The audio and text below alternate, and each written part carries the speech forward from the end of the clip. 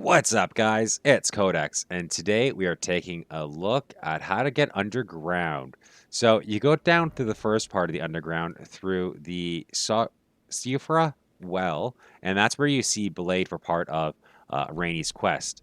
After you defeat Radon, the Star Scourge, he's going to create this giant hole, which unlocks the second part of the underground. So when you first get on there from the well, you only really have access to this little green strip over here. And when you get to come back, you're going to have more access of Nokron, and you're going to be able to go down to the Knight's Sacred Ground. So you're going to come through, and you're going to come down right behind Selena. You're going to have a nice little point you can jump down. And what you're going to want to do is head left and make your way down through the Nokron City. And don't forget to pick up the Ghost Flame Torch along the way. And when you're down underground, you're going to pop out onto Nokron. And I'm just going to fast travel there while you guys travel down. It's really a very linear path. You're going to hop along some buildings and jump down. From there, you're going to see the site of Grace that I'm going to be popping up on your left-hand side. So make sure you grab this site of Grace. So here we are in Nokron, a little bit of a different area. You cannot use your horse here. And what you're going to want to do is do a mad dash.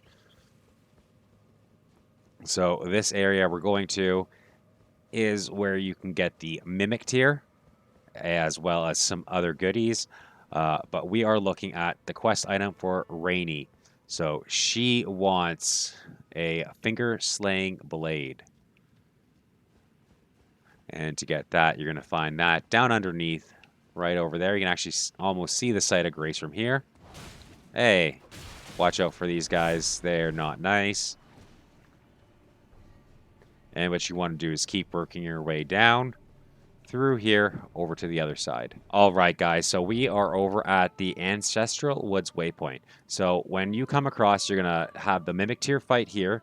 Come across the bridge, and then you're going to come off up on the left. If you stay to your left, you will see this site of Grace. You'll see this guy singing, and it is right behind. This is where we're going to see the pathing down into the Night's Watch.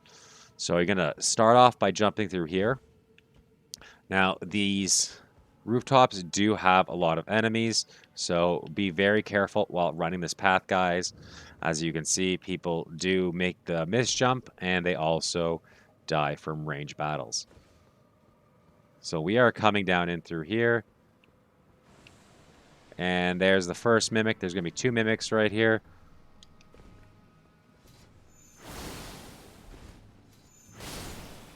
That's the first. And here's the second.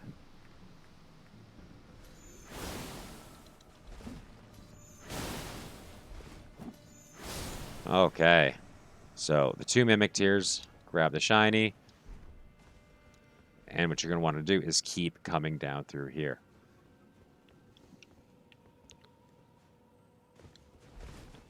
Now you're going to jump down, make your way into this church.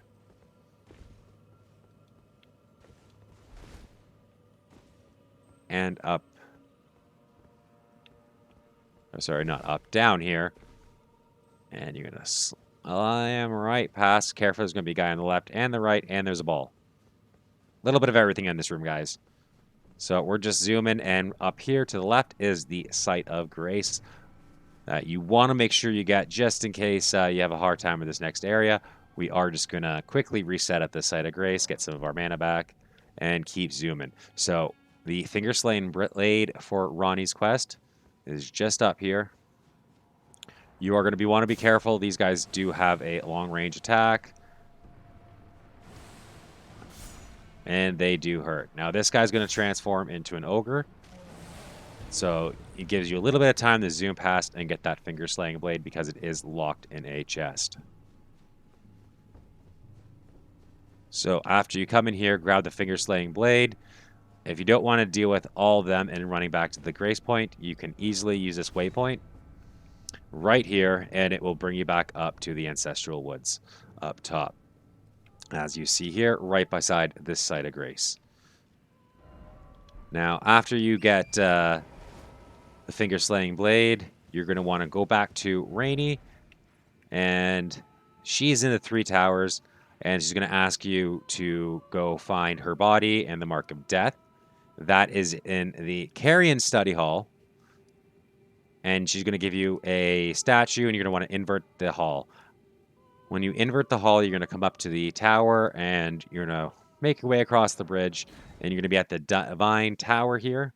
And I'm just going to pop myself up to the Divine Tower and show you guys the body that you're going to be looking for. It's not, it's not very hard to miss. It's very kind of right out there. So you guys do want to make sure you come, and you're going to get the Mark of Death. Now, this Mark of Death is also very important for Fia's ending. So there's Ranni, there's her body, and after you grab the Mark of Death there, you can go, and it will open up a portal inside Rena. So that is the quick and dirty on the Ranni for getting the Death Slaying Blade. After you go through the Carrion Study Hall, you're going to get the curse and find her body, go back up to Rena's Rise, and you'll get a waypoint going down into the Ansel River, which will give you miniature raining. Talking to the doll will give you the task to defeat the Baleful Shadow, and the Baleful Shadow is literally, as soon as you come in, he's going to be standing right there for you, going into attack. And finishing off her questline will give you the Palace Key for the Raya Lucaria Grand Library. So make sure you guys keep your eyes peeled for more quest videos coming out, because all the quest lines, they do kind of bleed together. So the more quests you kind of get yourself entangled with, the more endings you have available. And again, they all work off each other. And this game really opens up in two different ways. This quest line for Ranni is for her ending. For the stars is when I personally did on my first playthrough. Lots of fun. Not going to give too much spoilers on that, but if you guys liked the video, make sure to like, subscribe, hit that notification bell, and I will see you guys in the next one. Have a good night.